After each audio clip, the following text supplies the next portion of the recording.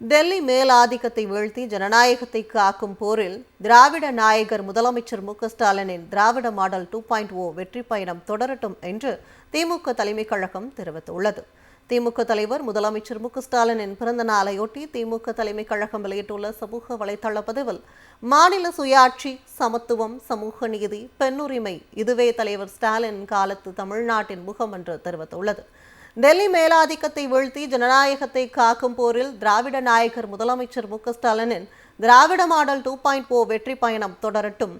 234 தொகுதிகளிலும் எதிரொலிக்கட்டும் தமிழ்நாட்டின் குரல் என்று திமுக தலைமைக் கழகம் தெரிவித்துள்ளது.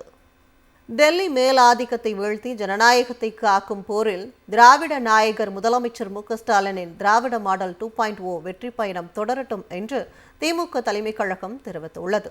திமுக தலைவர் முதலமைச்சர் மு.க.ஸ்டாலினின் பிறந்த நாளையொட்டி திமுக தலைமைக் கழகம் வெளியிட்டுள்ள சமூக வலைதள பதிவில், மாநில சுயாட்சி, சமத்துவம், சமூக நீதி, பெண்ணுரிமை இதுவே தலைவர் ஸ்டாலின் காலத்து தமிழ்நாட்டின் முகம் என்று தெரிவித்துள்ளது.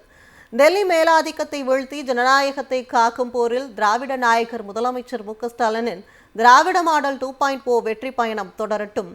234 தொகுதிகளிலும் எதிரொலிக்கட்டும் தமிழ்நாட்டின் குரல் என்று திமுக தலைமைக் கழகம் தெரிவித்துள்ளது.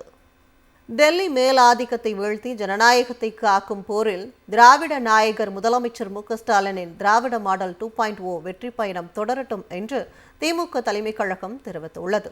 திமுக தலைவர் முதலமைச்சர் மு.க.ஸ்டாலினின் பிறந்த நாளையொட்டி திமுக தலைமைக் கழகம் வெளியிட்டுள்ள சமூக வலைதள பதிவில், மாநில சுயாட்சி, சமத்துவம், சமூக நீதி, பெண்ணுரிமை இதுவே தலைவர் ஸ்டாலின் காலத்து தமிழ்நாட்டின் முகம் என்று தெரிவித்துள்ளது.